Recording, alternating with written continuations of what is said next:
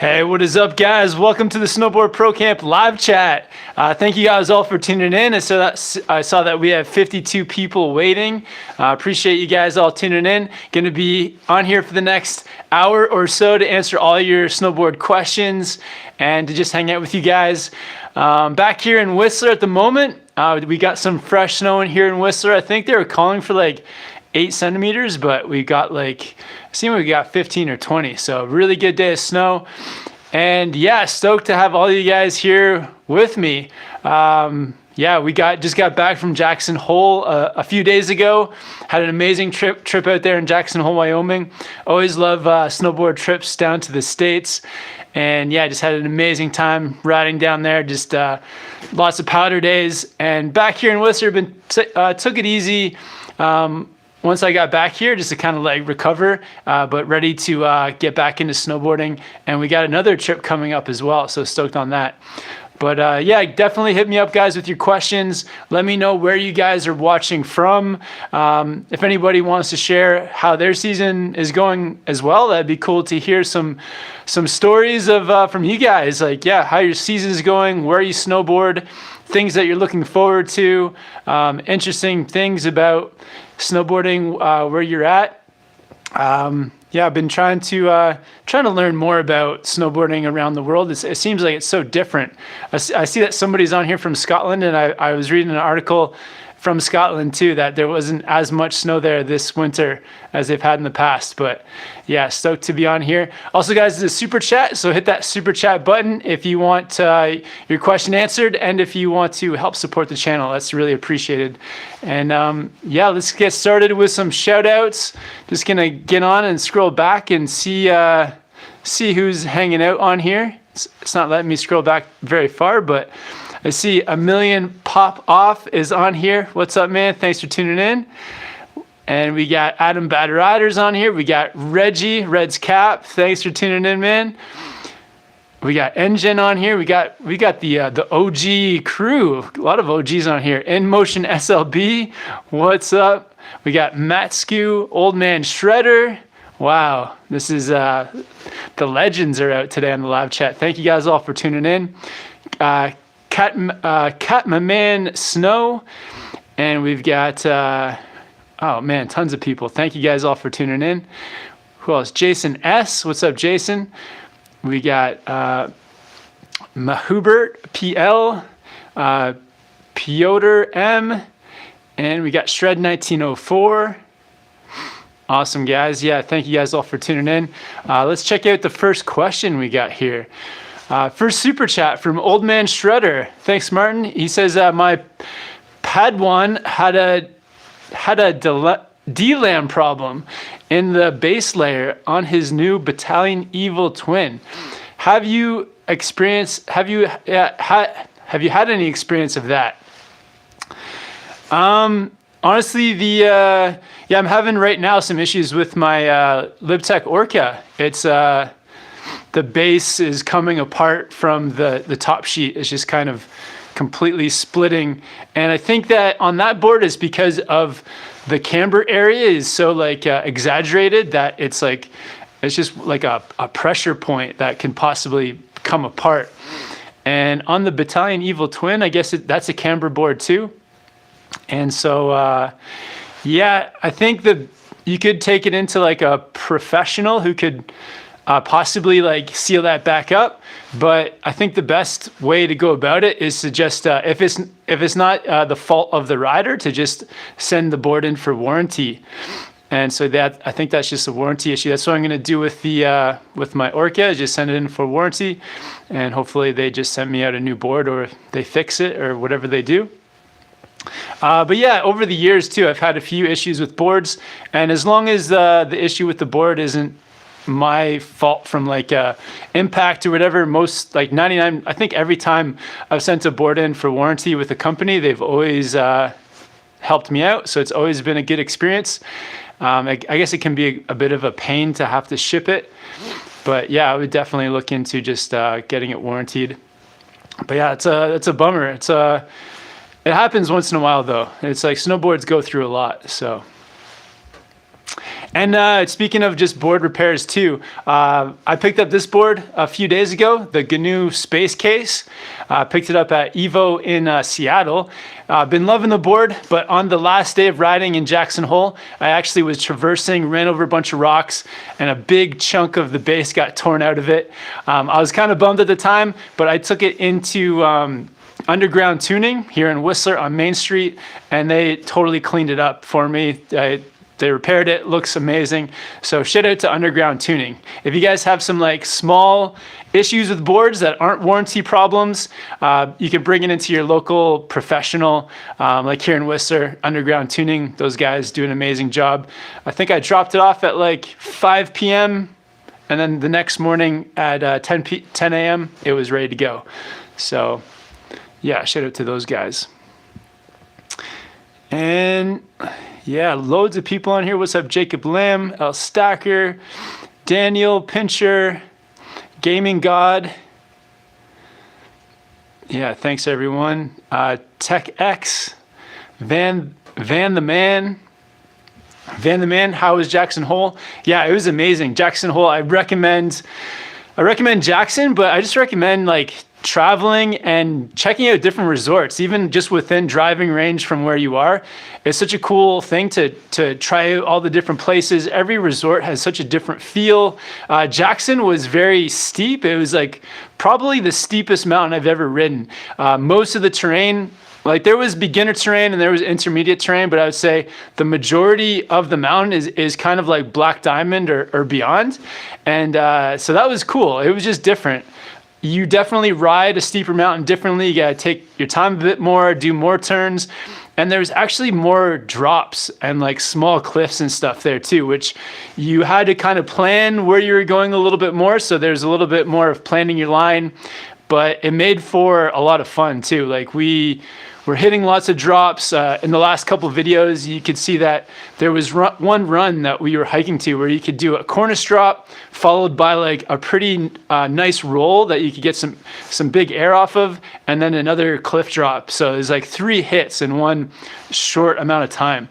So pretty fun mountain in that regard in terms of it being advanced, there being lots of steep terrain, and there being lots of drops and cliffs and things to do. I think that if we had, honestly, I could see myself spending a season there exploring and finding all the spots. So yeah, I definitely want to go back to Jackson and explore some more, but it was pretty cool. Yeah, shout out to White Tiger, Tanya, Major Lag. Major Lag says, hey Kevin, ever snowboarded in Big Bear, California? Never have, but I've been taking a look at it. Big Bear, I think it's like 2.5 or 3 hours from LA. So it seems like a different kind of place to snowboard. I think the elevation is what brings the snow. They've got some elevation up there. And I think it's a smaller mountain, but the park is supposed to be pretty nice, like top to bottom park. So it would be really cool to visit. We'll see what happens. There's so many places I want to go to. I would love to visit Bear. We have some friends down there. I think we met a friend, Jeff, when we were at High Cascade last summer, and I know that he rides down there. And I'm sure we have some other friends down there, so it would be cool to visit some friends and check that place out. But I know they're supposed to have a good park, and I think my impression is that it's kind of like a beginner intermediate type mountain.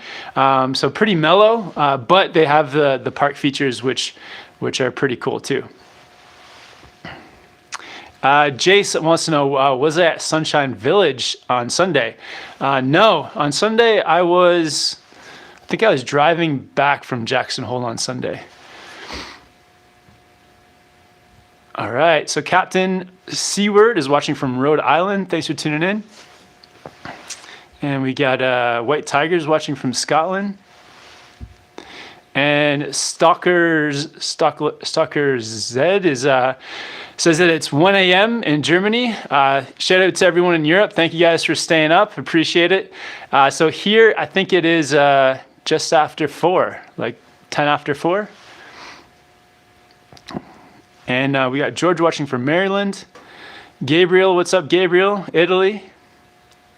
Johnny, Kevin, what size Capita DOA are you riding? I'm 6 foot, about 175 pounds. Would you go DOA or outside for all mountain, about 20% park? Yeah, definitely the DOA, just because I think it's a bit stiffer than a stiffer board, so it can ride a bit more versatile terrain and have that stability. And I think, which size DOA am I riding? It's over there somewhere. Where is it? I think it's the 58. 58, yeah, I'm on the 58. And for once, I'm 180 pounds. So if you're 175, then the 158 should be good for you, especially for all mountain. You can just ride it anywhere. We got Quan watching from the Ice Coast in Toronto. And we got Logan from Pennsylvania. David says should come down to Melbourne this year. Falls Creek and Hotham are on the Epic Pass now. Yeah, I saw that as well on the news feed that Hotham and Falls Creek are on the Epic Pass, so that's good news. Yeah, more people can snowboard in Australia now. That's amazing. And yeah, we were in Melbourne last September, had an amazing time. Melbourne is such a cool city. And then we were out at Perisher snowboarding, and Perisher was a lot of fun too. So may have to make the trip back out there. Now we have more options. Don't know where to choose.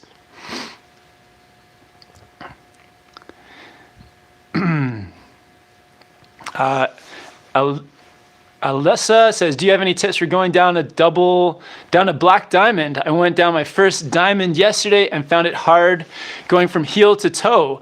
I live in New Jersey and I'm not Toronto. Okay, cool. Yeah, so you live in New Jersey. Cool. Yeah, so for for black diamonds, the hard thing about it is just committing. And what happens is on a really steep run, you tend to like lean towards your back foot. And if you're leaning towards your back foot, because it's like a bit intimidating, so you lean back, and that just makes it difficult. Or almost impossible to turn. So what you need to do is just somehow commit. And what I like to think about when I'm on a steep run is just doing the turn with my entire body. So set yourself up on your heels, like bring yourself to like almost a stop, and then just think about fully committing to that toe turn. So with your head, your shoulders, your hips, your board, and you can't like lean back. So what you can even do is take your front hand and like reach it down towards the snow. And that should help you to get your weight forward.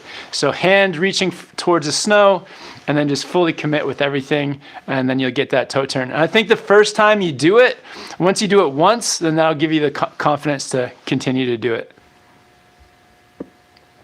Rob Gam says Mount Hood has got about 2 to 3 feet possibly in the next few days. Wow, that's pretty cool. Rashad wants to know if we're coming to Tahoe before the end of the season. No plans, but yeah, it's possible. But no plans right now. V West, snow keeps missing us in South Wyoming. Good conditions, but no POW days. Sorry to hear that. Yeah, it's a gamble. Winter's a gamble, really. All right, just gonna scroll down a little bit, guys. Sorry if I missed your question, but I'm gonna get to as many as possible. So we got Adam Bad Riders with the super chat. He says, Kev, looks like an Epic Pass. Oh, looks like the Epic Pass now works in Oz. Yeah, Adam saw that, man. So yeah, more incentive to come snowboard there, man. So, and vice versa. If you get the Epic Pass, come out to Whistler, dude. But yeah, we'll definitely have to look into another Australia trip. Sledgy wants to know if I've ever snowboarded on the East Coast. So I actually grew up snowboarding not far from Toronto. That's on the east coast of Eastish coast, the Mid-East. It's like the Middle East of Canada. So I grew up snowboarding out there, and it was very icy for sure. And I remember we would maybe get powder like twice a year, and those powder turns were like amazing. I can remember just my mind being blown just riding through like 40 feet of powder. So that's where it all started for me. And the nice thing about those like small resorts over on the East Coast is that you have like the small community of like people that work there, the instructors, the owners, the lifties, and so it's nice like having that small community and like getting to know everyone. And then even the locals that ride at the resort, that was the best part, is just getting to know everyone at the resort. That was a lot of fun. And Ramon says, going to Steamboat and want to tackle the POW and trees. Do you recommend the Capita Spring Break Slush or the K2 Cool Bean? Oh man, that's those are two nice boards. I don't know which one I would choose. Which one would I choose? I'd probably go with the K2 Cool Bean. I'd like to try that one through the trees. It looks like a lot of fun. I feel like it's got that big nose to help you float, and it's got just the really cool shape. I feel like that one would be, it looks like it would be a bit more nimble through trees compared to the Slush Slasher. So I'd go with the Cool Bean. All right, just gonna scroll down a bit more. A Million Popoff with the super chat. Thanks, man. He says, Jackson looked almost as good as Japan. Videos were sick. Stoked for my second day on snow for this winter this Sunday. Just call me A Million Popoff. Okay. All right, man. Is this the same person? I don't know. You've changed your name. Somebody's maybe taken the identity of a million Popoff. Yeah, man. So the snow in Jackson was like almost as good as in Japan. So I would say that it wasn't as good. Japan was still better, but yeah, Jackson was very comparable. We've been totally getting spoiled with the snow this season. So it was incredible snow at Jackson though. Yeah. We really lucked out with how good the conditions were. And we went to that other small resort as well, Grand Targhee, and there was some nice surprise powder days there too. Oka says, hey, you sponsored. No sponsors, just you guys. You guys are the sponsor of the channel. Every once in a while, a company will send us like a pair of pants or like a board once in a while, or a jacket, but that's pretty rare.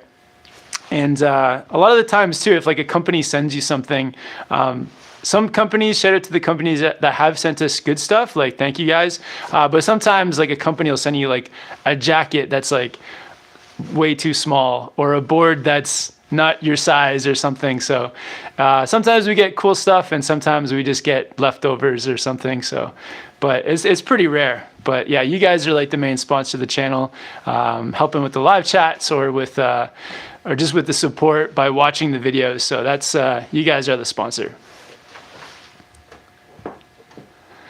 And Adam says, hey man, loving your videos, been great to watch. I notice you all tend to film with the GoPro being underneath the pole. Is there a reason for this? Yeah, I find that with the GoPro underneath the pole, it kind of does two things. One, the GoPro I think stays a little bit more stable when it's underneath like that, because it's like hanging down, so it's a little bit more smooth. But the main reason is that with the GoPro underneath the pole, the board is always in the shot. And I feel like if something is going to get cut out, the last thing you want to get cut out of the shot is the snowboard. So I feel like that's, to me at least, the priority number one would be having the snowboard in the shot. So that's why we do it underneath. But sometimes we experiment with different kinds of shots. So putting it above, behind, beside. And even when we film each other, we're always trying to experiment. I think the next angle that TJ and I and whoever else we're filming with, we're going to try to do more of is like the side-by-side riding and filming, which is it's pretty difficult, but I think some of the shots come out pretty cool. So yeah, we're always experimenting, trying new stuff. But I think the best angle is to have the camera in front of you, and then with the GoPro underneath. And then we film that in super view at 1080, 60 frames a second. Awesome, guys. Thanks for all the questions. Gonna try to get to as many as possible. Quick question from Mahubert. Says, which mountains are you in? So right now we're at Whistler. We're in Whistler, BC. So this is, I'm at my house right now in Whistler. And Karen Gillespie with the super chat. Karen says, love the channel. I'm in my first season of snowboarding and am am officially hooked. Heading to Colorado for my first trip in a few weeks. Recommendations for a bag to plane travel or other travel tips. Awesome question. Yeah, stoked that you've gotten into snowboarding too. I think that some of the standard bags, the standard size bags should be good. Like, so I've got a Burton bag and a Dakine bag. I think I have the Dakine high roller, and TJ has the Dakine low roller. So they're just different sizes, but I think like something like the Dakine low roller should be good enough, unless you want to pack like all of your stuff into that bag. But advice for traveling is just to pack as light as possible. So, don't bring too many things, especially if the place where you're staying has like a washer and dryer, then you can really travel lightly.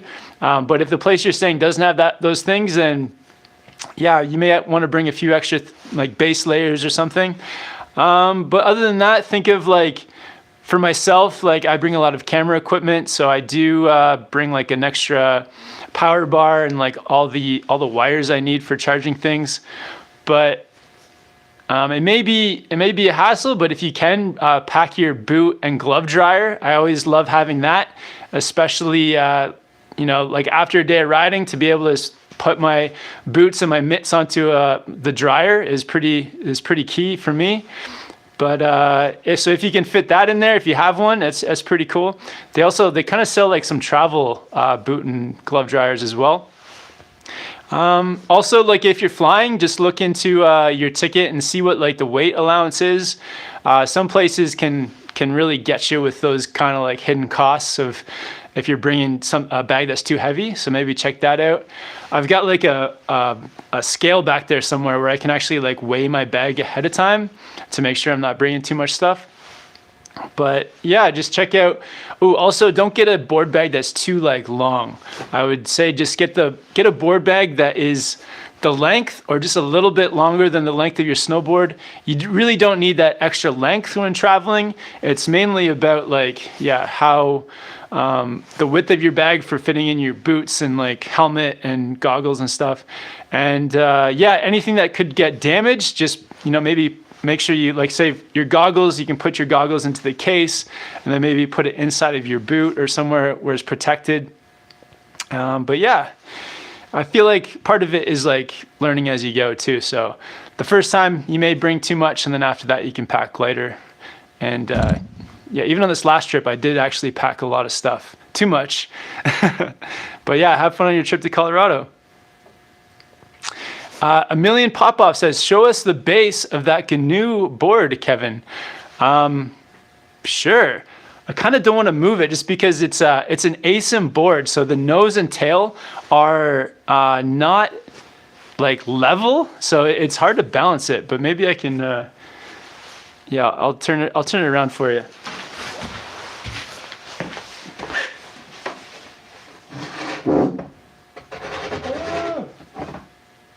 Stay.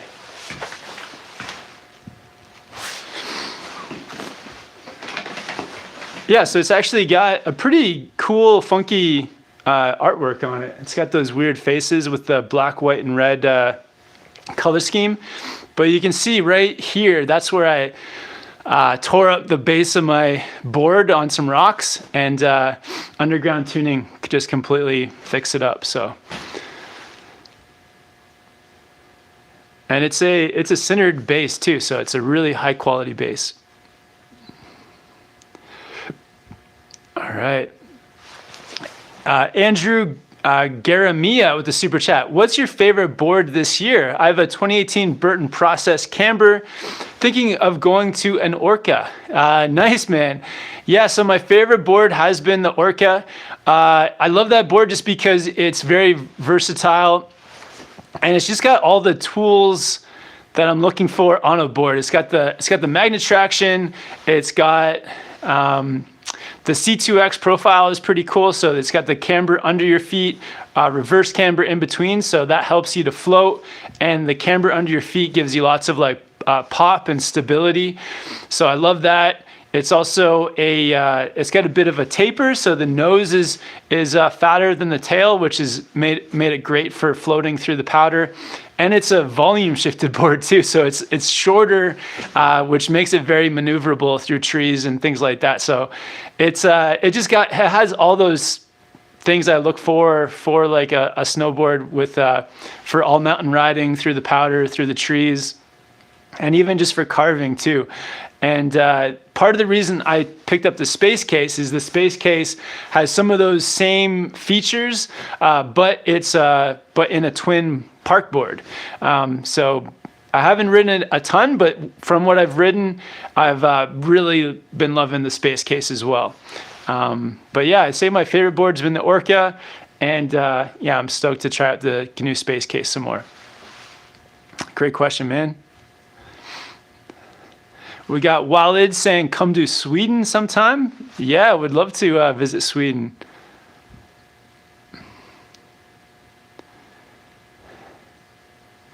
And Osvaldo saying, you guys seem to get powder everywhere.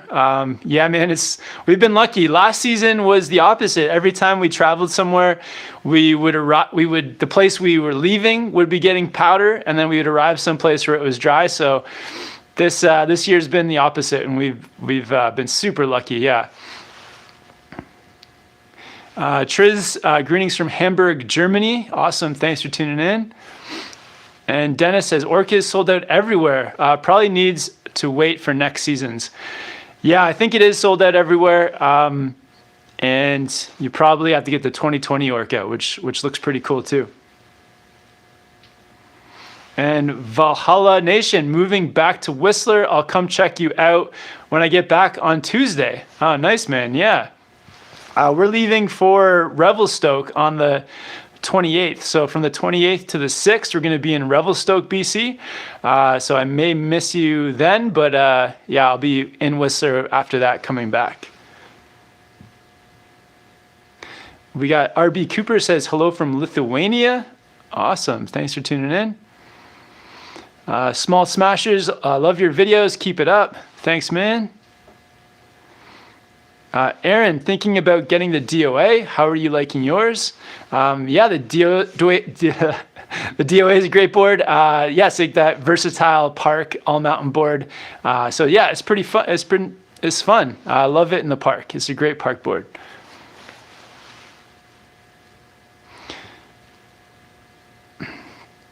Marcus, how do you get past a mental block after getting injured doing jumps?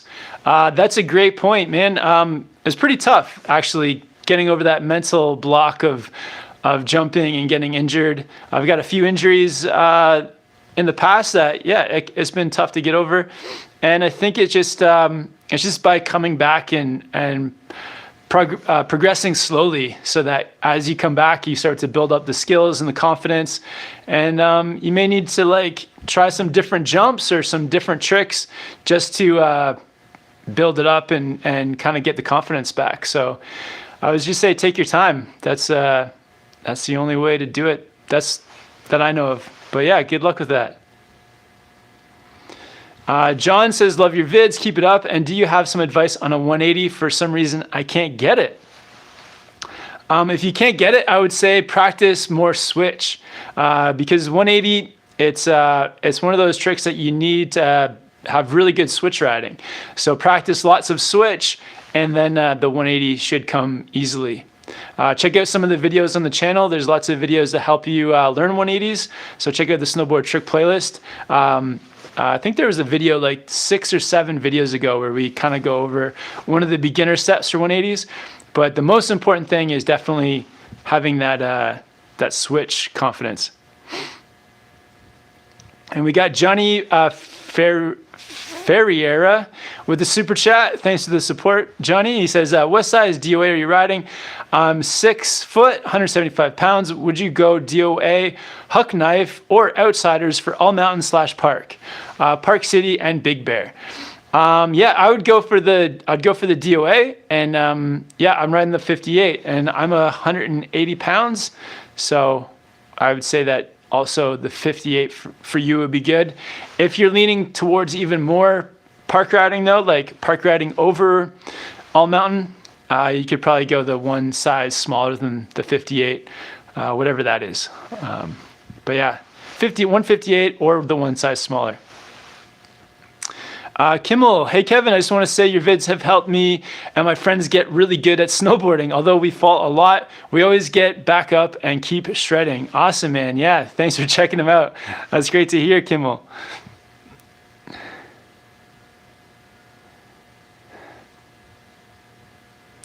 Garyman99, who's a better rider, you or Ryan Napton?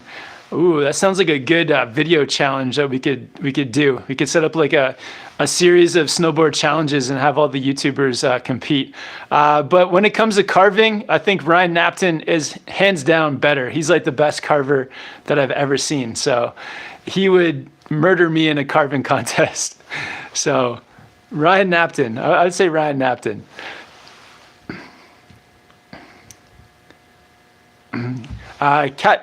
Catman says, Kevin, have you shredded with the Oakley crew? They are in Whistler. Oh, sick. I haven't, but yeah, I saw that Stale was in town and Gimbal God, so it would be cool to see those guys up in the mountain. I have not ridden with any of those guys before. And we got Michael Beck watching from Wales. Thanks for tuning in. And we got Bestiak watching from the New York City East Coast. Nice. Melody, have you ever rode a Donex snowboard? No, never ridden one, but if if I'm ever in Colorado with Ryan Napton, I'll definitely borrow one of his and try out a Donex.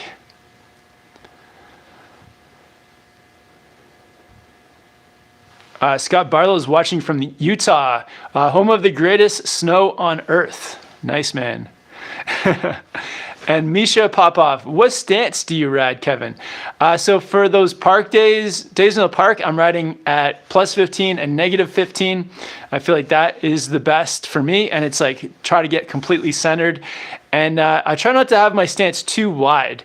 If my stance is too wide, then I get the feeling like I'm stuck in my stance and I don't have like a lot of freedom to move around. So it's a little bit narrow. But the opposite can happen too. If I have it too narrow, then I feel like I'm kind of like don't have stability. I'm a bit off balance. So finding the width is a little bit tricky. I feel like once you know it, then you can always set it up the same way. But 15 and -15 on park days. And then on like a free ride powder day, I may have it set my stance back towards my tail and have it say like at -9 at the back and like +15 in the front.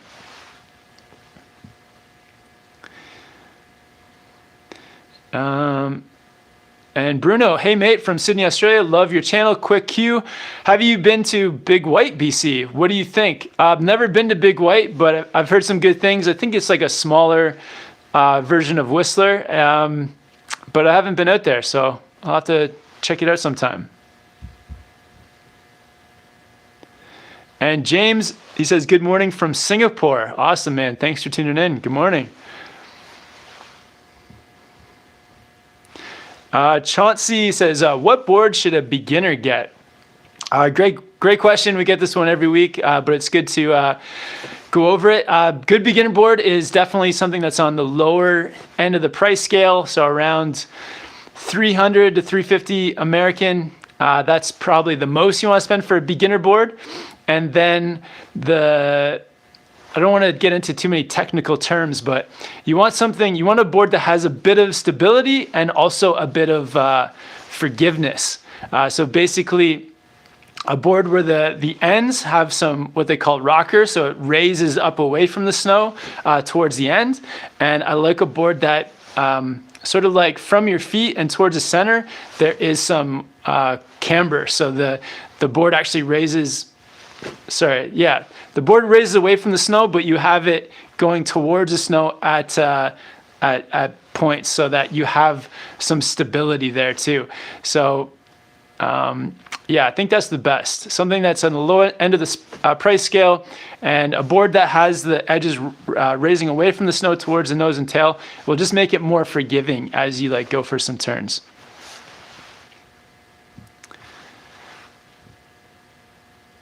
All right.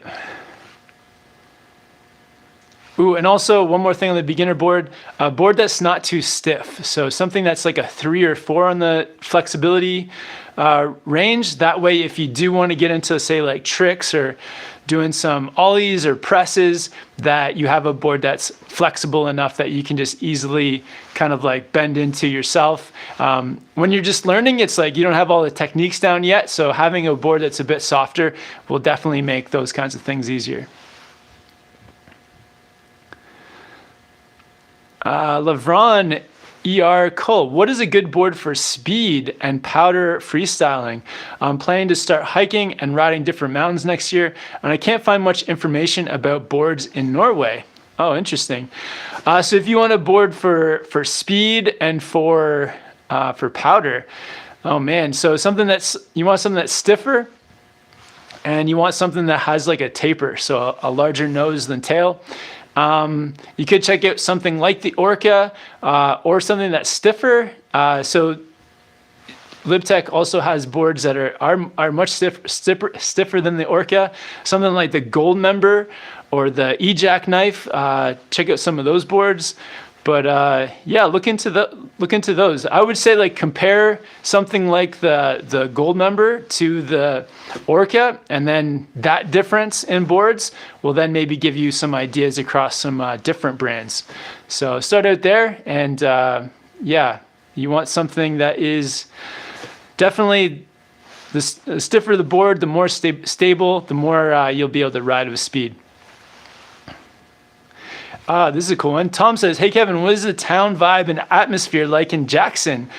Was thinking of applying for a job next winter there. Honestly, I really like the vibe in the town. It's got that like real town vibe, which I like. Living in a resort town is cool too, but there's something about having just that real town vibe that's really nice. Everyone was super friendly. Going into stores and stuff, we met tons of cool people, and yeah, there's just like a good variety of like restaurants and shops, and just a great vibe, really. So I would highly recommend doing a season at Jackson. Everyone on the mountain too, the employees on the mountain were all like super friendly, and you could tell that everyone was pretty stoked to be there. So that's like a huge thing too. So I think the vibe and the stoke in Jackson was like perfect. It was awesome. Yeah, I really liked it. All right, guys, just gonna scroll down a little bit. And Jen with the super chat, when are you gonna do another Patreon chat? Yeah, I've been neglecting the Patreon, and Jen, but yeah, maybe I'll do one today, but I'll keep you posted. But yeah, that's a good point. I need to get back on Patreon. Thanks for the support on Patreon, man.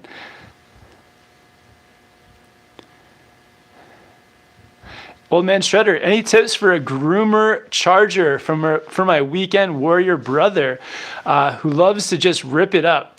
Not a park guy at all. Ooh, just like a groomer charger. That's a good one. So just like a weekend guy. Ooh, that's tough. Honestly, I've been really loving the boards with magnet traction. I feel like everyone that's just like a weekend warrior, or just for myself too, who's like an everyday kind of warrior, I'd recommend something like a GNU, LibTech, a Jones board, something that has the magnet traction, because it'll just prevent them from sliding around on the slopes. And yeah, get them a directional board. Recommend a directional board for them.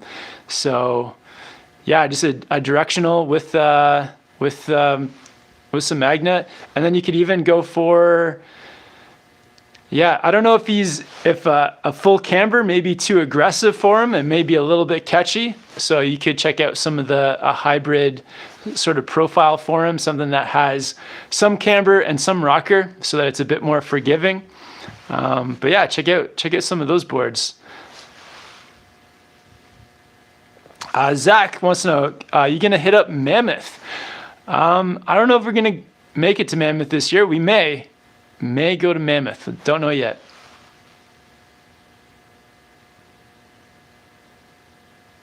All right.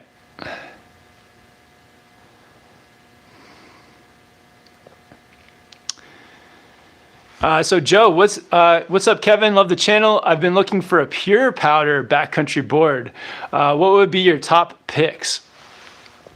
Oh wow, it's tough. Top picks. I'd definitely pick the Orca. Maybe a couple of the Jones board for sure. Man, it's tough. It kind of depends on your riding style, to be honest. It's like if you're getting some air, then I would stay away from like the shorter boards, like with the swallowtails. But if you are really into just like keeping your board in touch with the snow and doing some quick turns and like slashes and stuff, maybe check out like Jones Storm Chaser. But if you're into like getting some like bigger air and stuff like that in the backcountry too, maybe check out a board that has more of a tail. So I don't want to like pinpoint too much into like certain boards, but yeah, if you're looking to like, stay on the snow, check out something that's shorter with a swallowtail. And if you're looking for some like a big mountain sort of like ripper with high speeds and stability, then look for a POW board that's got some more length to it. All right, just gonna scroll down a little bit, guys, catch up on some of these questions. Cramp Style says, hey Kevin, just came back from Jackson. The toughest part were the cat tracks where people were blowing by me.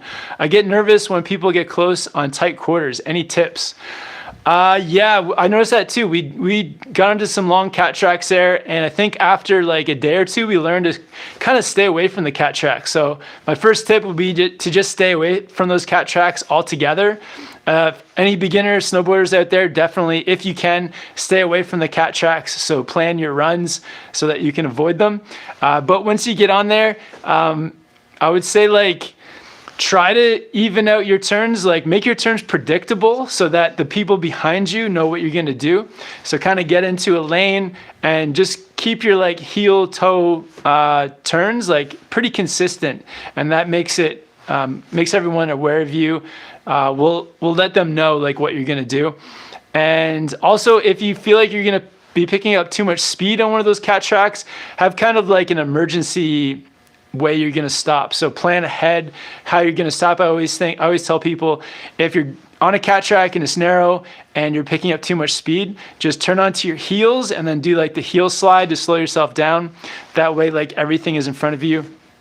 But yeah, those cat tracks are tough, man. I would definitely check out there's a couple of videos on the channel too with tips on cat tracks. But yeah, the main ones are definitely avoid it, make your turns predictable, and then find a way that you can just like stop yourself if you're picking up too much speed.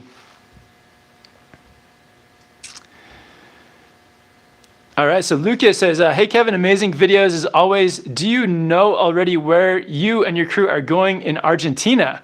I don't know yet. We've been looking at some like Chile and Argentina plans, but nothing concrete yet. But we've heard that the further south, the better the snow. So we're checking it out. We don't know, nothing concrete yet, but it'd be great to visit. Not just for the snowboarding, but also for visiting the countries and visiting the cities and meeting the people. So that would be pretty cool. All right, just gonna scroll down a bit more, guys. Oh, I hate scrolling through because I'm missing questions, but don't want to get too far behind. We got Robbie watching from Newport, Virginia. Awesome. Newport News, Virginia.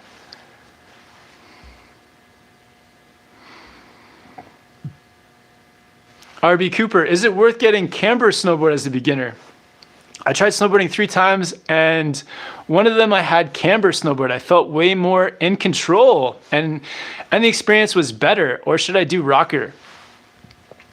I feel like I think if you feel like you have more control with the camber, stick with the camber. I think like a full rocker board is almost like you're losing. It's easier to turn, but then you're losing too much control. So either get like the camber rocker hybrid board where it's got a bit of both, or go for the full camber. But if you get a full camber board, don't go too stiff, because if it's too stiff, it's going to be very unforgiving. So like a softer full camber board, I think that would, if you feel confident on that and you feel like it gives you the control, yeah, go for a full camber, but maybe just get like a softer one so you have, it's a bit more forgiving.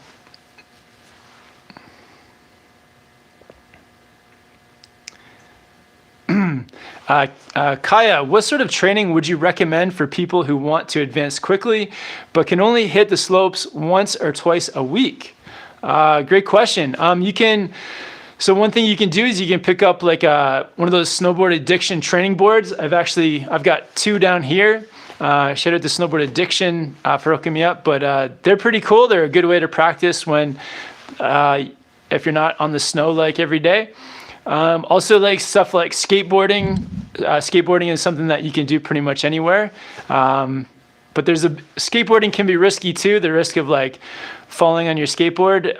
But it's a great way to train and build up your balance, and will definitely help to improve your snowboarding. And besides that, maybe like doing something like trampolining, hitting up a trampoline center can build your air awareness. You can practice tricks. A lot of trampoline centers will have tramp boards too that you can like strap on and practice tricks with. So yeah, there's a few options there. Vincent Yu says, first time in this channel. Oh, yo, Vincent, thanks, man. Welcome to the channel. Check out some of the vids, man. Yeah.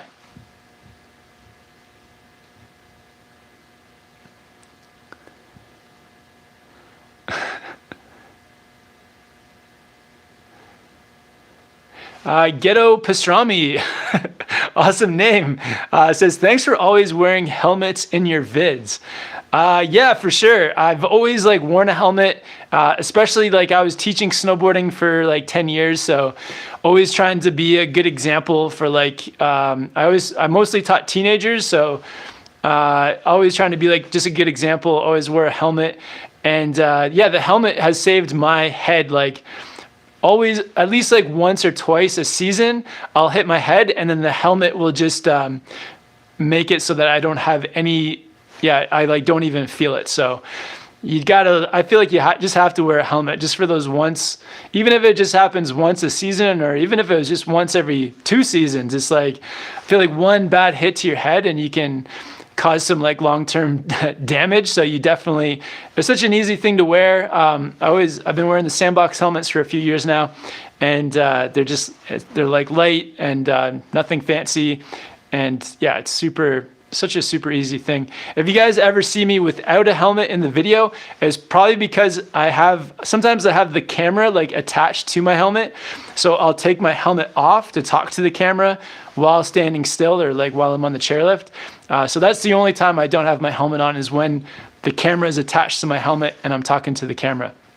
But whenever I'm riding, always, I don't think, the last time I rode without a helmet was it was probably 15 years ago.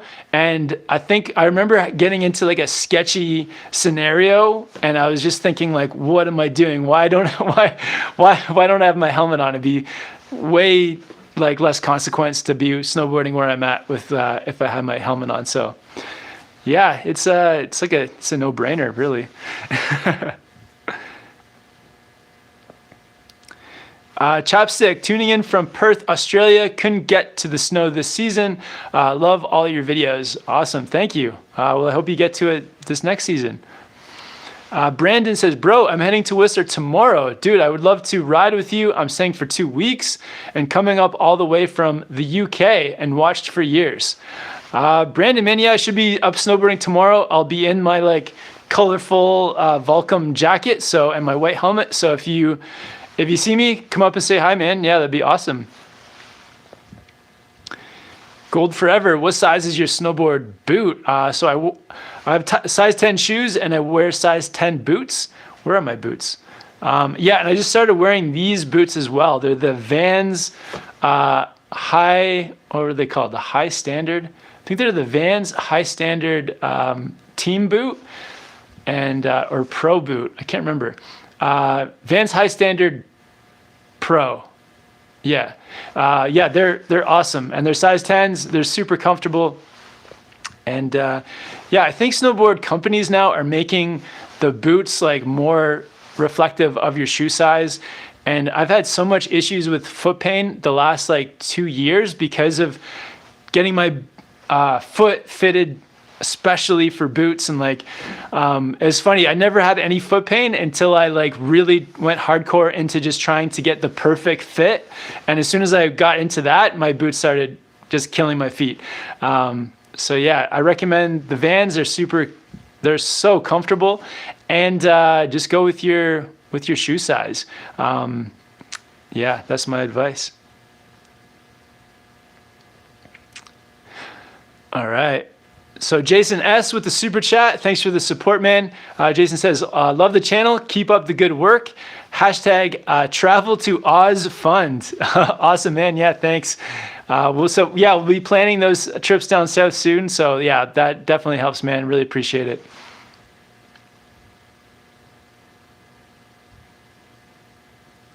Lutch Palumbo. What is the best way for drying wet mitts and boots?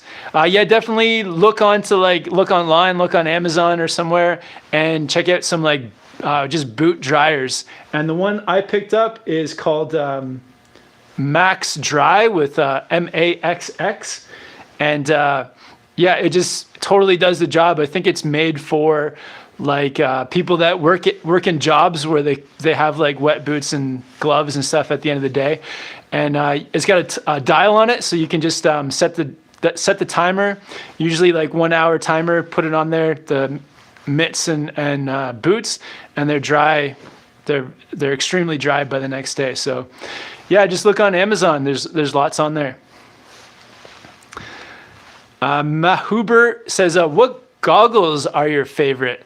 Yeah, so the Oakley Line Miners are just definitely my favorite. They've got, I think, the best lenses, and they sit like pretty close to your face too, which I think is maybe one of the best things. Is it's not like bubbled out too far from your face, so the lens sits close to your face. It's wide enough and like tall enough so that you don't see much of the frame. And yeah, they're just I feel like they're just the best goggles I think I've ever worn. So last year, Sport RX, shout out to Sport RX, those guys sent out like 50 pairs of goggles, so I had a chance to try on lots of different pairs, and the Oakley Line Miners were my favorite. But it also depends on the size of your face too. So my head is kind of like large-ish. I wear a large helmet, and so those fit me well. So if you have like a smaller head, then you can get like smaller goggles.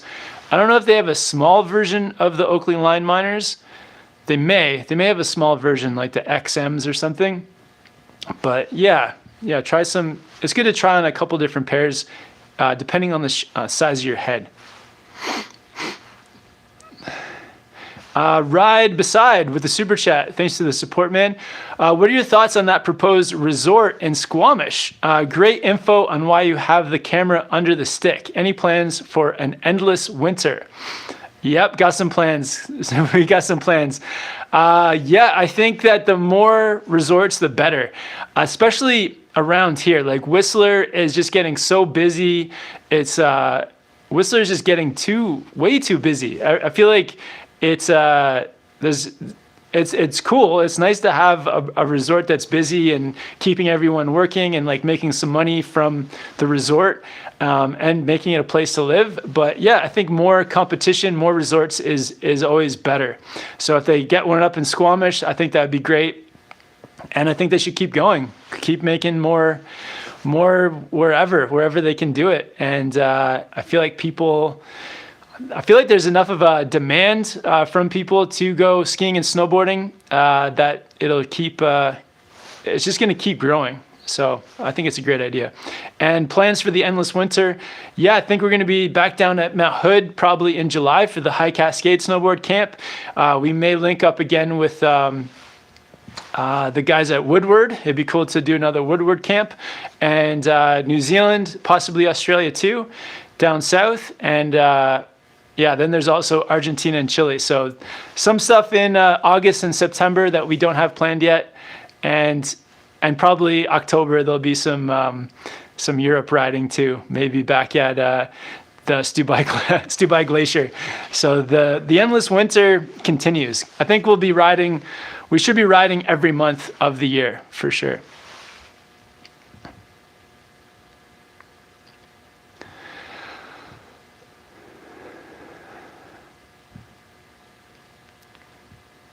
All right, so Million Popoff is off to bed. All right, thanks, man, for staying up. I know everyone over in Europe, it's getting pretty late for you guys, but yeah, thanks so much, man. Just gonna scroll down. James Vickis with the super chat. Thoughts on the Whistler Max 4 student max advanced snowboard lessons. All day class starts at Roundhouse. Great videos. Thanks, Kevin. Yeah, I think the Whistler lessons are pretty awesome. I taught in an area called Ride Tribe, which is like the teenage program for almost 10 years. And I think it's pretty cool. It's pretty cool to have, if you do it with 3 of your friends that you know, that's awesome. And you get a guide that can like take you to all the good places around the mountains and give you like a tips along the way. Or if you're just doing it and or if you're doing it and you're meeting people too, it's an awesome way to meet friends. When I was doing it, I think it was like a max of 6 teenagers in a group, and most of the time everyone became friends. So it's a cool way to meet people as well, and even to become friends with your instructor too. So there's just it's a pretty cool thing. It depends on like what you want to get out of it too.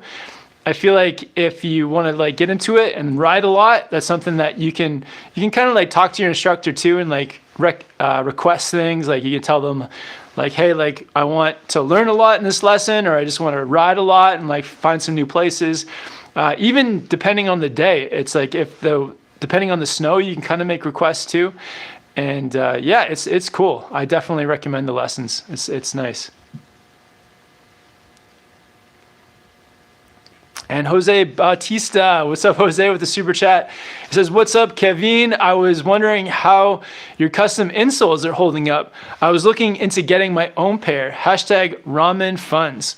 Yeah, the custom insoles have been great. Definitely. I feel like I don't even notice them anymore. They're just, they're feeling really nice. I feel like with the custom insoles, the one thing that is good is that you can, if you get them made, to be able to maybe ride them for a day or two and then come back and then get them sort of like adjusted if you need to. So when Joey in Australia, when he made ours, that's what he told us. And luckily they've worked out. So it's one of those things. It's like if you feel like you need it, or if you feel like you could benefit from it, definitely look into it, give it a try. But if your feet are feeling fine, then you may not need it. But yeah, it's kind of one of those things. It could be cool to try if you've got any foot pain. And yeah, Jose, man, I hope your season's going well. And yeah, you're the man. It was awesome hanging out in Japan. Maybe we'll see you back there next year, or somewhere else this year.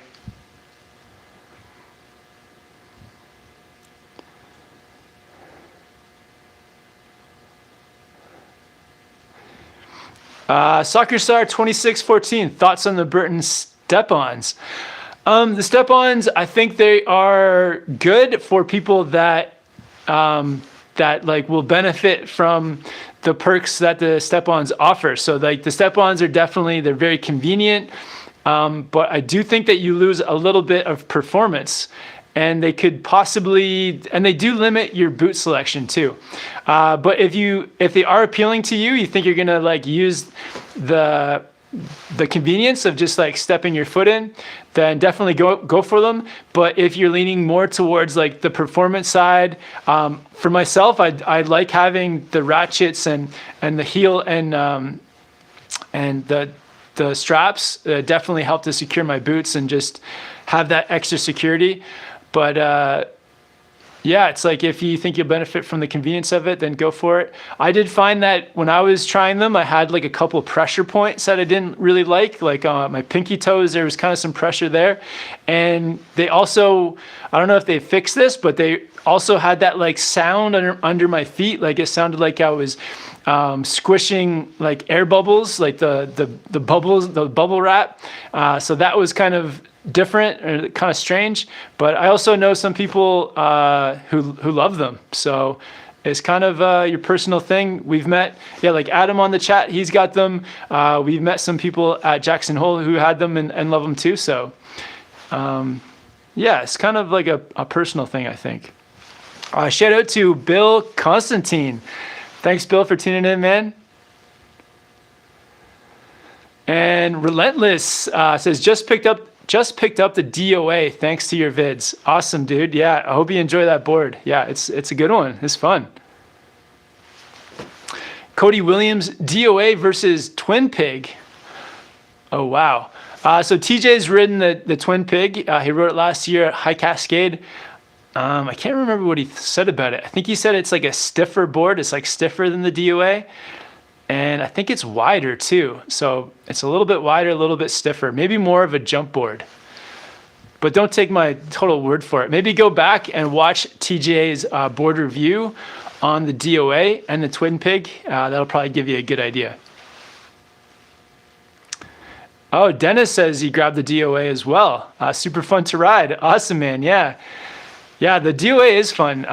It's just got that good balance of a lot of different things. It's got stability, it's pressable, it's easy to ollie, and honestly, it's a fun board. I feel like with the two boards, the Capita DOA and the Capita, what's it called? Got it around here somewhere. The last Capita board I had, not the Outsiders, but the Horoscope. The thing I loved about both those boards is that they're both very consistent. The feel is very consistent. And I think that's important for park riding, is that you have that consistent feel where you know how the board's going to react under your feet. It's just going to set you up to land tricks, to have confidence, to ride up to a feature, and you know how the board's going to perform. So it's pretty cool with those boards. Bill Constantine, he doesn't want to shout out now. He wants a tip on a